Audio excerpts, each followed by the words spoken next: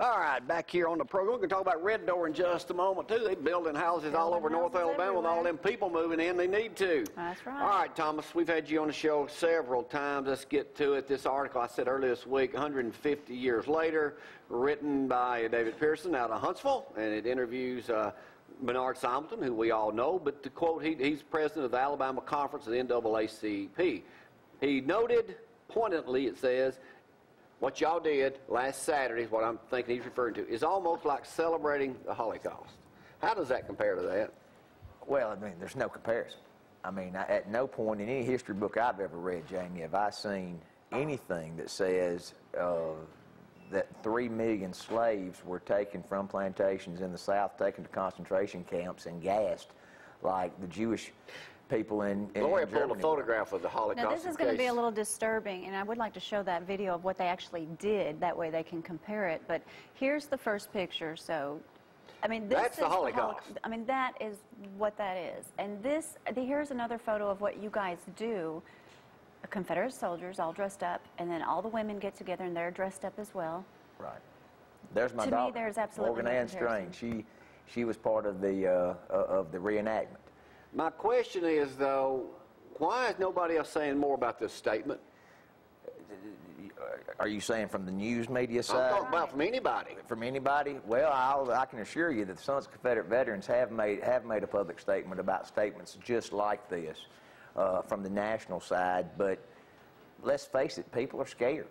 It's, you know, all of a sudden, if you stand up and say, just like we are here today, we'll be called racist. You're automatically labeled a racist, when it has nothing to do with racism. It has to do with history.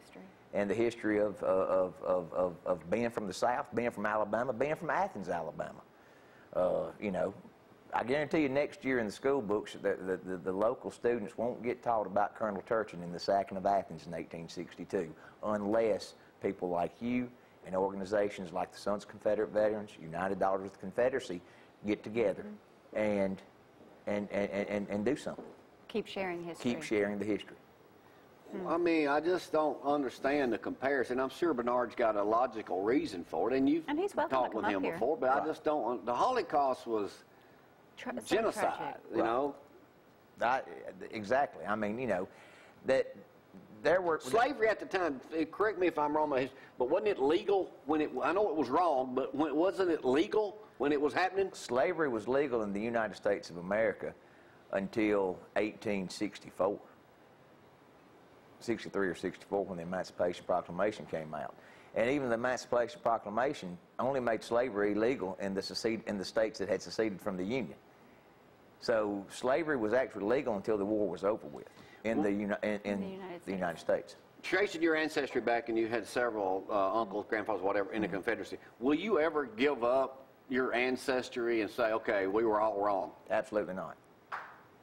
Absolutely not. I mean, like I said earlier, when you tell me to call my ancestor a traitor, that's when I'm going to tell you, heck no, and I'm going to be a little bit more forceful than that, because they weren't traitors. They were patriots. They were fighting a government taxation without representation. I believe a little war happened about 90 years before this one that was over the same thing, and we consider them patriots.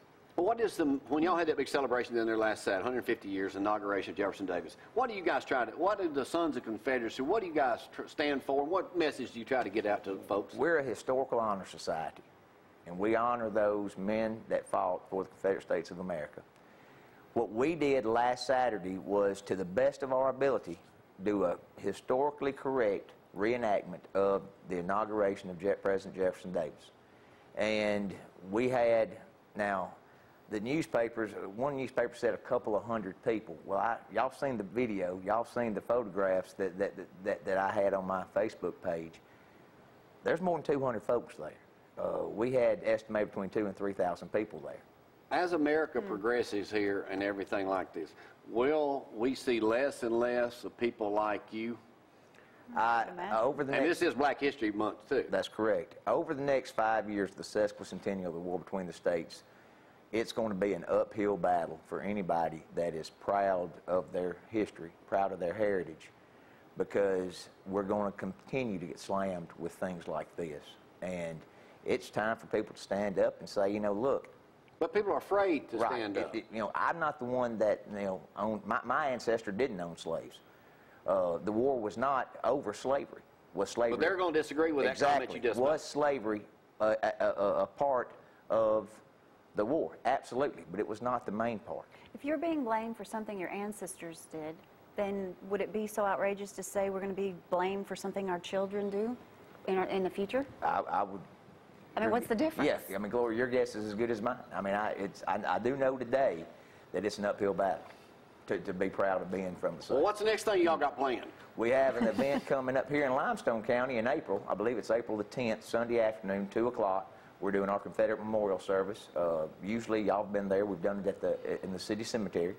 This year, we're doing it on the courthouse square at the monument on the square this year. Okay. Just kind of changing it up a little bit. Well, y'all all do a great job with that and everything. We're going to go to this. Thank you, Thomas, for coming up and sharing that with everybody. I just wanted that just. For that to be in USA Today, it's a harsh. And I'm sure Bernard's got another side to it, and we welcome him up here to give his opinion on that. But I just don't see the connection there. Right. Before we go, I want to say one thing. Go Lady Colts. Yeah, go Lady Colts.